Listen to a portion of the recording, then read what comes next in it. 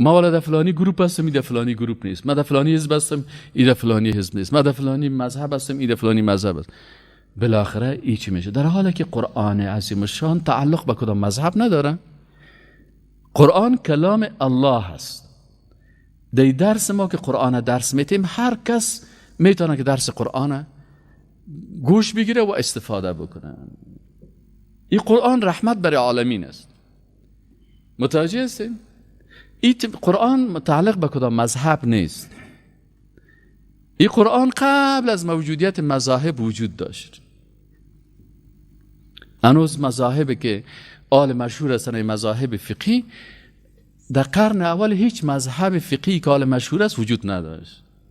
مثلا وقتی که قرآن عظیم الشان رسول الله صلی الله علیه و تدریس میکرد و وقتی که احادیث صحیحی خود رسول الله صلی الله علیه و بیان میکرد و مسلمانای خوبی را که خیر القرون ساخته بود رسول الله صلی الله علیه و بزرگترین امامای مذهب که حال امام اعظم میگن، امام ابو حنیفه رحمت الله علیه هست. ولی امام ابو حنیفه صاحب وجود نداشت.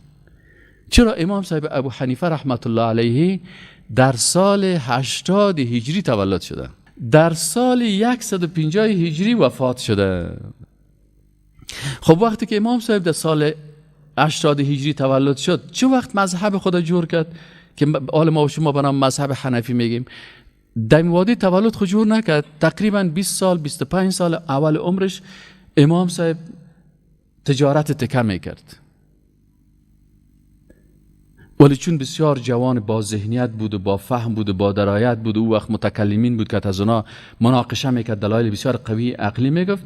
یکی از علمای اسلام یک روز دیدش، برش گفت که در حلقه درس شیشته بود، گفت بچیم چی کار میکنی؟ گفت من خود تجارت میکنم.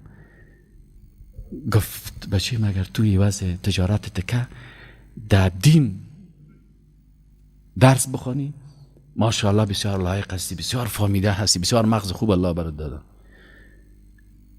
امی گپ های امی امام، بخیالم که امام شعبی رحمت الله علیه بود، در شخصیت از این تاثیر میکنه. باز خود امام میگه بعد از این من تصمیم گرفتم، رفتم امو چیزایی که بود رو با امو شریک خود گذاشتم، گفتم تو کار کن، من میرم درس خواندن. پس امام صاحب شاید در سن 30 سالگی 40 سالگی مذهب احناف اجتهاداتش بیان کرد. پس وقتی که امام صاحب 80 ساله بود، تا قرن اول که 100 سال تیر شد، هنوز مذهب حنفی وجود نداشت. باز مذهب مالکی و شافعی و حنبلی اینا پسان آمدن. اینال در اصل چی هست؟ در اصل قرآن تا سال 80 هجری تا 100 سال اول رسول الله صلی الله علیه و میگه خیر القرون قرنی. بهترین قرنها کدام قرن است؟ قرن ما هست. اینمی 100 سال اول بهترین قرن است.